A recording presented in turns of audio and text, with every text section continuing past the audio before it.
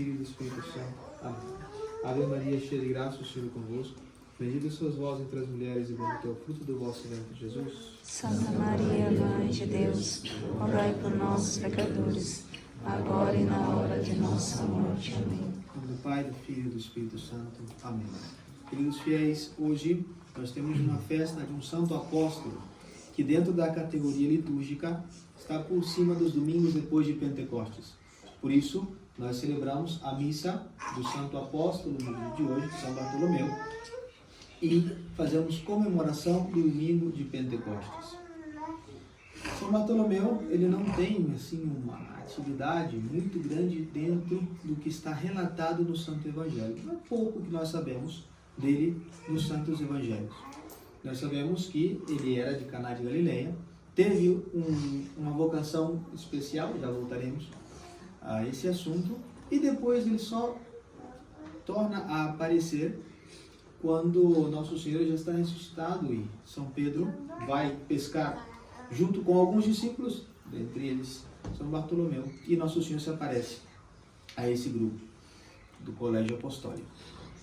O que nós sabemos vem pela tradição da Igreja, que nos diz que São Bartolomeu, depois do dia de Pentecostes, depois que os apóstolos se desparramaram pelo mundo, foi primeiro para as Índias, a levar a mensagem evangélica de Nosso Senhor.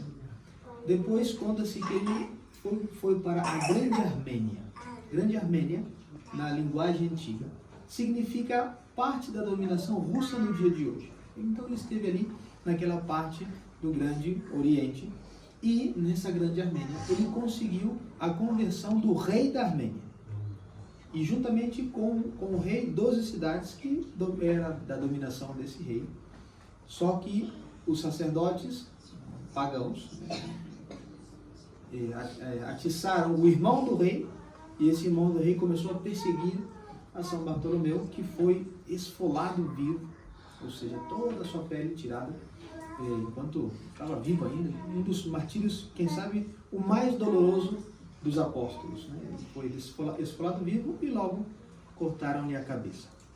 E assim, o santo apóstolo, ele chegou a conseguir a glória, a vitória, a coroa do martírio. Lembre-se que a palavra martírio significa, é uma palavra que vem de uma expressão grega que significa testemunha. Então, São Bartolomeu, ele deu testemunha da fé de nosso Senhor Jesus Cristo, morrendo por ele, no meio do seu apostolado. A missa de hoje, na oração da missa, diz uma coisa muito bonita: amar o que São Bartolomeu acreditava e ensinar o que ele pregava. Amar o que São Bartolomeu acreditava e ensinar o que ele pregava. Agora, vamos voltar e vamos concentrar-nos na vocação de São Bartolomeu, que no Evangelho de São João, que é o único lugar onde aparece a vocação, aparece com o nome de Natanael. O nome de São Bartolomeu era Natanael Bartolomeu, porque Bartolomeu era o seu sobrenome. Bar significa filho. Ptolomei era o nome do pai dele, Bartolomeu. Então era Natanael, filho de Ptolomei. Ali no Evangelho de São João aparece aquela vocação de São Bartolomeu, que São Filipe vai e diz a ele: olha, encontramos o Messias que vai ser o Salvador da nossa nação. E São Bartolomeu, não é que ele duvida, mas ele faz uma prudente averiguação. Ele diz: olha, de Nazaré pode vir alguma coisa boa? Nazaré é uma cidade das montanhas que não se esperava muito dali. Então ele foi sincero e recebeu um elogio de Nosso Senhor por essa sinceridade. Ele falou: eis aqui, finalmente, um israelita sem dolo, um israelita sem fingimento, um israelita sincero. A sinceridade para com a nossa fé é importantíssima. Valeu a São Natanael, a São Bartolomeu, a sua conversão. Porque quando Nosso Senhor prova, né, que ele era digno de fé, falando: eu te vi debaixo daquela figueira, vai saber o que estava fazendo São Bartolomeu debaixo daquela figueira, quem sabe estava fazendo uma oração, pedindo a manifestação do Messias, não sabemos o que, mas São Bartolomeu diz, opa, sim, verdadeiramente eres o Messias prometido. E aí Nosso Senhor disse, só por causa disso acreditaste, pois verás ainda coisas maiores. Mas São Bartolomeu começou com uma prudente averiguação. Pode vir alguma coisa boa de Nazaré? Isso deve encher toda a nossa vida sobrenatural, enquanto a intelectualidade da nossa fé. Nós somos seres racionais. Por que nós somos seres racionais? Porque dispomos de inteligência e de vontade, o que nos torna livres. O que nos torna livres. Agora, numa época normal da igreja, imaginem, nós estivéssemos numa época normal da igreja e aparecesse um padre novo na igreja, na paróquia. Ninguém precisava averiguar absolutamente nada. Por quê? Porque entendia-se que o bispo da diocese ordenou aquele sacerdote, que ele foi delegado para tal lugar e tem tal função. Hoje nós não dispomos dessa organização. Então, não sintam-se obrigados a acreditar em qualquer pessoa. Não sintam-se obrigados a acreditar em qualquer pessoa. Por quê? Os falsos cristos e os falsos profetas não se apresentam sempre vestidos de maçons, comunistas e coisas pelo estilo. Claro que não. Se o começo da perseguição interna da igreja começou com quem? Com aqueles que vestiam batina. Então, lembrem-se, os senhores têm o direito de fazer uma averiguação do sujeito que aparece. E qual é esse tipo de averiguação? O seu caráter pessoal, se a gente gosta da cara? De maneira alguma. Claro que não. Nós temos que ver a sua fidelidade para com a Igreja Católica Apostólica Romana. Única igreja que tem a verdadeira religião. E disso vamos falar. Porque vejam só, Nosso Senhor é apresentado a Natanael Bartolomeu e ele disse, bom, vamos ver se alguma coisa boa pode vir de Nazaré. Mas como foi a prova de Nosso Senhor? Como Nosso Senhor provou a sua divindade? Porque lembrem-se, Nosso Senhor veio provar a sua divindade. Em todo o curso evangélico, nós vemos Nosso Senhor estabelecer as 3 bases da verdadeira religião. Sobre quais bases está fundamentada a religião? Verdades que acreditar, leis para seguir e um culto que render a Deus. E Nosso Senhor seguiu essa ordem. Lembre-se, o culto católico só foi promulgado por Nosso Senhor no final da sua vida. Primeiro, ele tinha que mostrar ao mundo o que ele veio revelar, que era o Santo Evangelho. Primeiro, ele ensinou o mundo. E vejam só, a primeira vez que Nosso Senhor falou da Sagrada Eucaristia, quando ele disse, eu sou o pão da vida, quem come da minha carne e bebe do meu sangue, terá a vida eterna. Muitos foram embora. Evangelho de São João, capítulo 6. E aí Nosso Senhor fala para os apóstolos, e vocês não vão embora também? E aí São Pedro já atuando essa sua primazia, ele fala, onde iremos? Onde iremos se somente tu tens as palavras de vida eterna? Então, Nosso Senhor foi passo a passo até terminar com o culto, né, dando a Santa Missa e dizendo, fazer isso em memória minha. Mas antes de tudo, ele nos ensinou o Evangelho. Ele nos ensinou as leis que nós devemos observar. No Sermão da Montanha, vejam só, o Sermão da Montanha, capítulo 5 do Evangelho de São Mateus, aí nós temos a primeira grande manifestação de Nosso Senhor enquanto a doutrina. Ele nem fala nada de culto. Ele não fala da Santa Missa, ele não fala da reforma que ele mesmo faria, do culto que tinha sido dado a ele mesmo, porque ele é Deus também, Deus e homem verdadeiro. Ele não falou em nenhum momento da reforma daquele culto que foi dado desde a época dos patriarcas. Nosso Senhor se considerou que na doutrina falou o que nós devíamos acreditar, o que nós devíamos fazer, as leis que devíamos seguir. Por que eu estou dizendo tudo isso? Porque nesse estado calamitoso que nós vivemos, muitas vezes fomenta-se aquele princípio. A missa, a missa, a missa. A mim não interessa se é o King Kong rezando a missa. Se é em latim, se é a missa, pode ir. Não é assim. Não é assim. A missa não é a única base da religião. O culto não é a única base da religião. São 3 as bases. E o que eu digo para os senhores, que os senhores devem averiguar? Sim, que a missa seja bem celebrada, que o sacerdote seja realmente ordenado, segundo as leis da igreja, mas também a sua doutrina, os seus ensinamentos.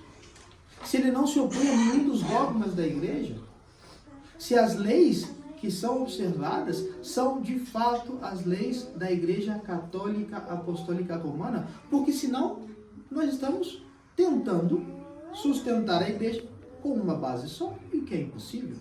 O que é impossível.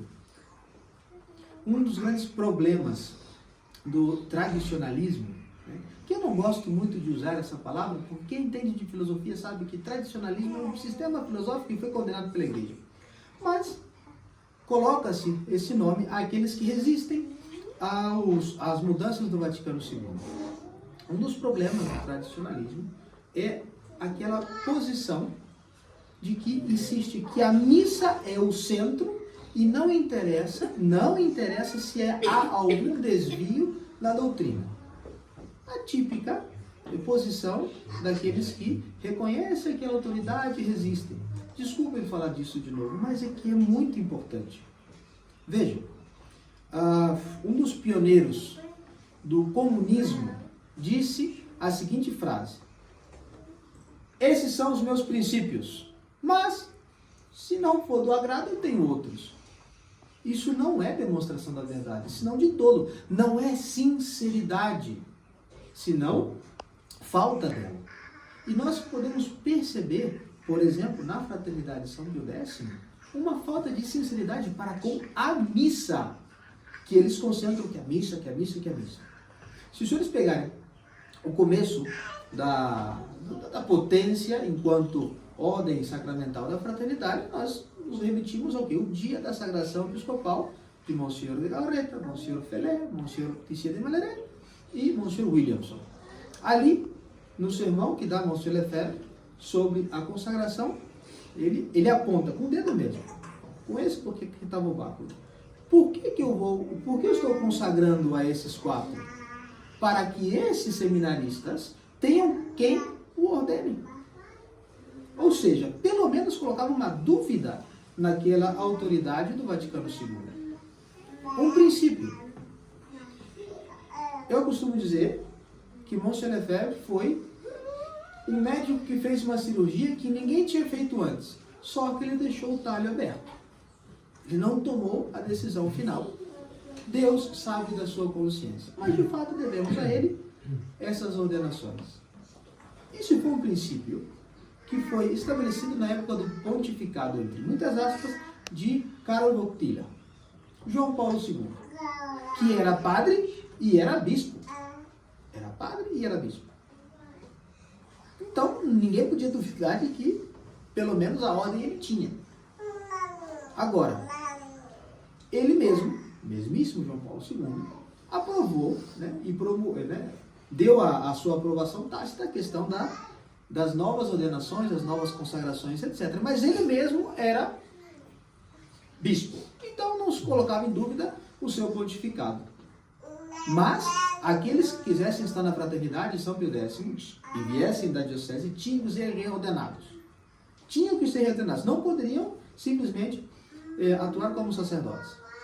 Agora, quando troca o pontífice, imediatamente da troca de João Paulo II para Bento XVI, Ratzinger, melhor dito, ali a fraternidade começa a mudar os seus princípios. Por quê? Porque Ratzinger não era bispo. Ele era sacerdote, tinha sido ordenado na época boa da igreja. Mas a sua consagração episcopal já tinha sido na época pós-Vaticano II, então ele era bispo. Ele era padre, mas não era bispo. Então a fraternidade começa a ter outros princípios. A gente vai reordenar, sim, só quem pedir e com muita insistência. Isso eu falo como testemunha de primeiro grau. Eu conheço sacerdotes, mais de um, que saindo da diocese, entraram na fraternidade e tiveram que pedir com insistência serem reordenados. E por que eles tiveram que insistir tanto? Claro, era uma situação muito difícil para a fraternidade. Se eles já estavam em amizade com Ratzinger, como eles não iam reconhecer o seu pontificado? Mas tudo piorou mais quando veio Jorge Mário Bergoglio, que nem padre ele era. Nem padre ele era. E aí a fraternidade disse, não, já não reordenamos mais. Vem da diocese? Pode, vamos lá. Pode ficar em qualquer paróquia da fraternidade que é padre. Então, é muito parecido ao sistema comunista, né? Esses são os meus princípios, mas se não agradarem, nós temos outros. Foi exatamente o que a fraternidade fez. Isso é sinceridade? Isso não é sinceridade. Não é sinceridade para com a fé. Não é sinceridade para com a igreja. E não é sinceridade para com as almas. Então, vejam só, nós devemos aprender de São Bartolomeu essa sinceridade na averiguação. Porque não tem somente esse problema na fraternidade de São Pio X. É como se fala, entrou no sétimo vacantismo e entrou no terceiro céu. Deus quisesse. Mas nós teremos aqui, não precisamos dar nomes, mas pessoas que ordenam sem nenhum tipo de critério. 1, 2 anos, tá bom. Ordena, pum, vai. Aí depois a gente, como padre, fica sabendo das coisas que são aconselhadas.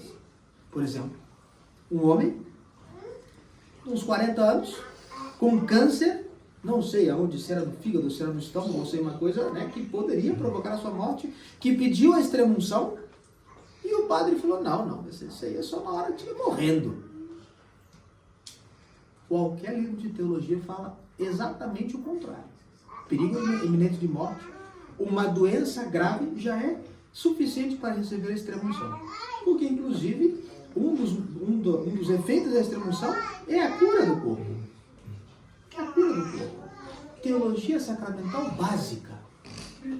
Então, quando apareça um padre, mesmo que seja do sétimo vacantismo, não se sintam acuados em averiguar onde ele estudou, qual foi seu tempo de formação, quem o ampara.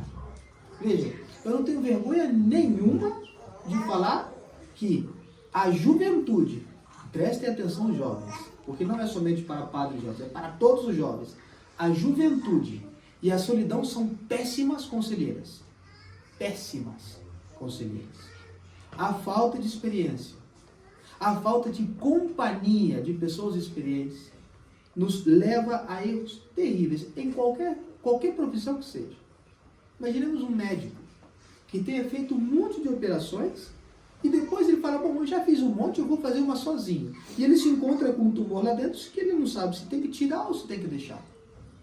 O médico, ele precisa da companhia de outros profissionais com mais experiência que ele, com mais tempo de casa que ele. Por isso, saibam averiguar esses detalhes. Eu posso dizer, porque não me sinto envaidecido minimamente, nada de envaidecimento, mas o seminário onde eu me formei está ali no mesmo lugar desde 1987 ou 9, já me confundi, mas desde antes dos anos 90. É uma coisa séria. Os sacerdotes que saíram de lá são pessoas sérias. Os bispos que estão lá há mais de 30 anos. Então nós vemos essa seriedade e devemos comparar sim, porque não confiem a alma de vocês a qualquer um. Uma batina pode ser comprada no Mercado Livre. Literalmente. No Mercado Livre. Qualquer um pode se colocar uma batina e ficar esperando para a confissão. Um padre mal formado pode arruinar uma alma, principalmente de criança. Vejam só, pelo amor de Deus, não dá extrema-unção para um homem que está morrendo por causa de um câncer do fígado ou do estômago, já não lembro o que era. Saibam averiguar, por favor. Tenham essa sinceridade que o mesmíssimo São Bartolomeu disse, teve para com Cristo. Depois que ele reconheceu a Cristo, sim, se entregou. Mas ele foi procurar saber. Procurem saber. Nós estamos num tempo onde as almas devem ser mais instruídas que o normal. Sim, devem ser mais instruídas.